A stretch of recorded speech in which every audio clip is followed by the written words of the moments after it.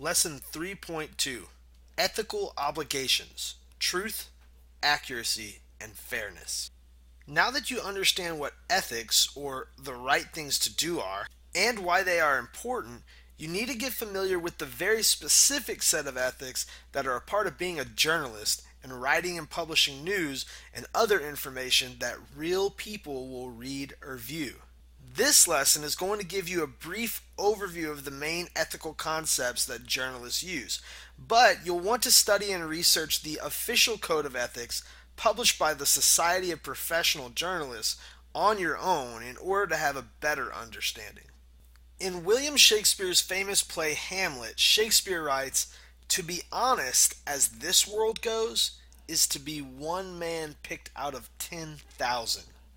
This is the goal of a journalist: to be that one honest man or woman in a world full of dishonesty. And that's where we start with journalism ethics. When you're working as a journalist on any level, you must commit yourself to the ethics of truth and accuracy in everything you do. This means things like making sure that everything you write or produce is both true and accurate, even if you have to follow up on information that sources give you and confirm that what they told you is true and accurate. As a journalist, you can never simply say, "Well, that's what my source told me, it must be true." You must fact check and double check to make sure what you publish is true and accurate. Even if it's accidental, you must take the responsibility for anything that is untrue that you publish. And of course, misleading, lying, or making something up on purpose is never acceptable and is the highest form of unethical behavior.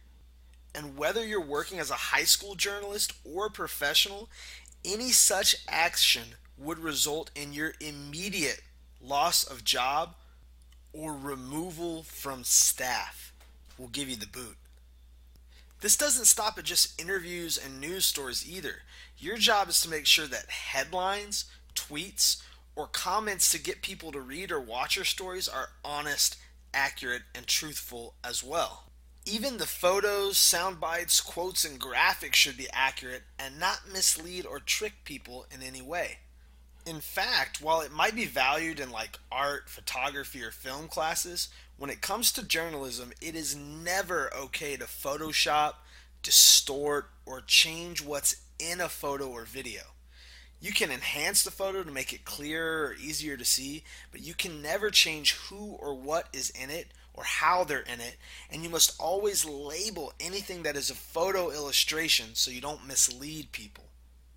This example here shows how two photos on the bottom were merged and altered digitally on the top to create a new photo. That is highly unethical because it tells a different story of the events that happened.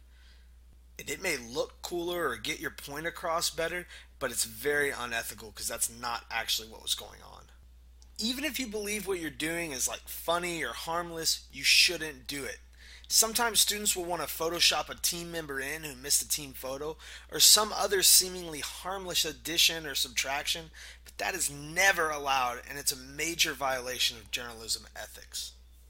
Now, let's say that you had this great moment where you saw an epic promposal at practice, but your camera malfunctioned and you couldn't get video footage of it, so later in the day you asked the couple and those involved to reenact the event and you record it and then make it a part of a broadcast later. This is okay, right? Wrong. You should always avoid misleading reenactments or staged and posed news events, photos, or videos. If you absolutely have to stage or reenact something in order to tell the story, you are required to label it as a reenactment. In general, you should never take shortcuts or publish anything that is misleading. Sometimes advertisers attempt to mislead their audience into thinking an ad is a news story when it's just an ad. This is highly unethical, and the publishers are required to label it as a paid-for advertisement in most cases, even if they do so in really fine print on the page. Basically, it's better to not publish a story at all than to publish a story that is partly true or misleading. Think back to our first few lessons and remember that you have an obligation to report things truthfully and accurately, and you should take that power seriously. Not only do you need to worry about being truthful and accurate, but you also must commit yourself to being as fair and balanced as possible when working as a journalist. There are things that every one of us feels strongly about or are passionate about, from our favorite sports teams to our thoughts on religion and politics.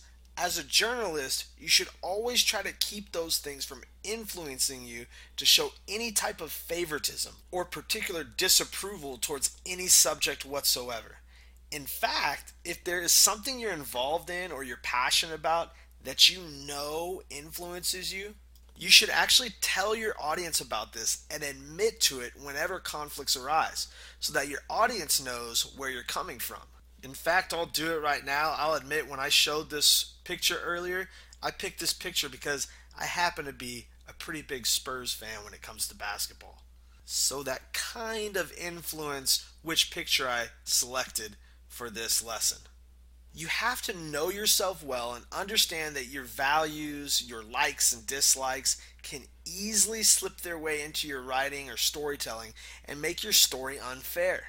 You must be fair and make sure you give a fair chance to the ideas and individuals you don't personally agree with and actually share their views and opinions without you commenting on it. In fact, you should bend over backwards and do everything you can to find sources and subjects from all sides and give them all a chance to respond to anything you're planning on publishing so that their voice is heard and they have a fair chance, even if their ideas aren't popular or well liked.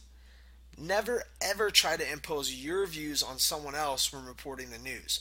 Doing so is a major violation of journalism ethics. In being fair, you should also try to tell stories for those that don't have a voice or who may have a hard time speaking up for themselves. But when doing so, make sure you're reporting the news of the story and not working unfairly for a specific cause. A part of being fair also means that you're careful with what you write and you avoid stereotyping by race, gender, age, religion, ethnicity, where someone is from, their sexual orientation, the way they look, or their social status. When writing, leave these things, both positive and negative, out of it and simply report on people the same way. Finally, you should always be open to criticism, both good and bad, and even invite people to share their thoughts and views on what you write and how you write it. Because you're human, and even when you have the best intentions, you will sometimes make mistakes. It's important that you listen to people so that you hear about mistakes you might have made, and then that you correct those mistakes and admit you're wrong promptly in the same manner in which you publish them. So if you made an error in your column one week, it would be important for you to go back the next week and print what's called a redaction, like this. To be a great journalist and to have an impact on your readers and viewers and the society around you, you always have to hold yourself to the highest standard of journalism ethics, and you should hold others around you to the same standards too. In the next lesson, you'll learn about the obligations you have between your sources, your subjects, and yourself, and how that connects to your obligation to truth, accuracy, and fairness.